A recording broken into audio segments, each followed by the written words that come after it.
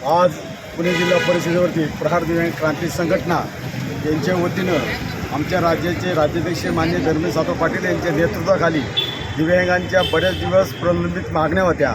अशा मागण्यांसाठी पुणे शहरातील पुणे जिल्ह्यातील बहुसंख्य दिव्यांग उपस्थित राहिले।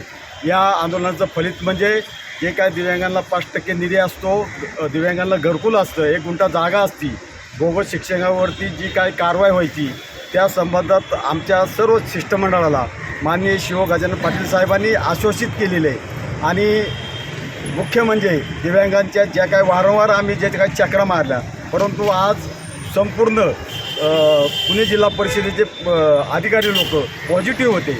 याबद्दल मी आजच्या आंदोलनाला सर्व दिव्यांग बंधू उपस्थित राहिल्याबद्दल सर्वांचा आभार व्यक्त करतो आणि मी थांबतो।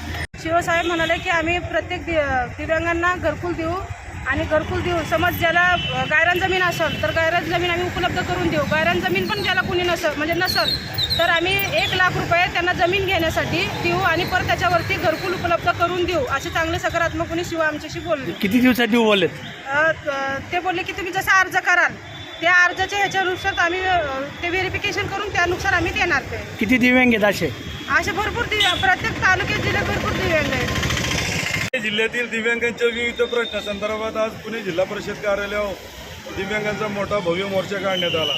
त्या मोर्चामधील प्रमुख मागण्या अशा होत्या की पुणे जिल्हा परिषद प्राथमिक शाळेतील जे 46 शिक्षक आरोग्य तपासणीमध्ये दोषी आढळले होते, परंतु 8 महिने झाले तरी त्यांच्यावर जिल्हा परिषद कुठली कारवाई करत नव्हती। त्यामुळे त्या शिक्षकावर कारवाई करावी या प्रमुख मागणीसाठी आंदोलन करण्यात आलं। शिवसाहेबांनी 15 दिवस आज त्यांना नोटीस पाठवून 15 दिवसात त्यानंतर त्यांच्यावर कायदेशीर कारवाई केली जाईल असं लेखी पत्र दिलं।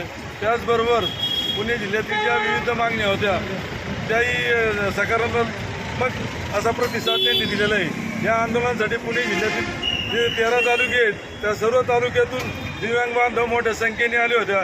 त्यातील दिव्यांगांच्या ज्या ग्रामपंचायतीतला जे 8 तळाविरहित इमारत नाही आहे, पहिल्या मजल्यावर ग्रामपंचायत आहे, तर त्या जमीन लेवलवर दिव्यांगांसाठी कार्यालय असावं त्या पद्धतीने आज शिवसाहेबांनी सांगितले की खाली एक पार्किंगमध्ये एक बेल बसवली जाईल।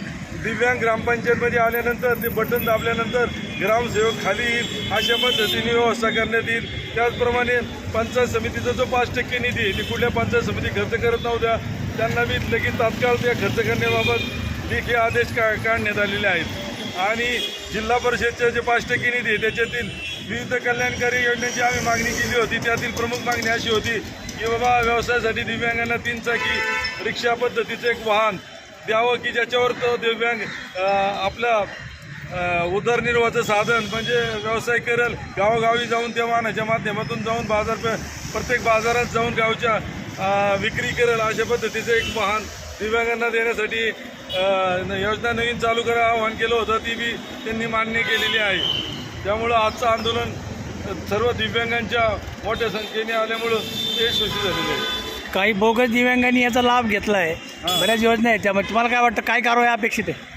त्यांच्यावर 1.5 महिन्यापूर्वी माननीय न्यायालय यांनी कडक सूचना दिलेल्या आहे। महाराष्ट्रातील सर्व जिल्हा परिषद, सर्व जिल्हाधिकारी कार्यालय, जेवढ्या सरकारी कार्यालयामध्ये दिव्यांगांच्या नावाने ज्यांनी बोगस लोकांनी नोकऱ्या मिळवलेल्या आहेत, प्रमोशन घेतलेले आहेत, विविध योजनेचा लाभ घेतला आहे, गॅस एजन्सी घेतली, पेट्रोल पंप घेतलेले आहेत, अशा सर्व दिव्यांगांच्या पुन्हा एकदा आरोग्य तपासणी करण्यात येणार आहे अपिलीय बोर्ड मंडळाच्या माध्यमातून। आणि त्याच्यात तो दोषी आढळल्यानंतर त्याच्यावर लगेच कारवाई केली जाणार आहे। आणि त्या कारवाईसाठी सुद्धा माननीय न्यायालयाने 120 दिवसाचा कालावधी पूर्ण ठरवून दिलेला आहे। प्रत्येक शासकीय कार्यालयाला 120 दिवसात त्या दिव्यांगाची शासकीय योजनेचा लाभ घेणाऱ्या दिव्यांगाची आरोग्य तपासणी करून अपात्र ठरलेल्या दिव्यांगावर कायदेशीर कारवाई करण्याची अशा कडक सूचना दिलेल्या आहेत। नवनवीन घडामोडी पाहण्यासाठी स्टार महाराष्ट्र न्यूजला सबस्क्राइब करा आणि ताज्या बातम्यांचे अपडेट मिळवण्यासाठी बेल आयकॉनला प्रेस करा आणि परिपूर्ण बातमीबरोबर रहा,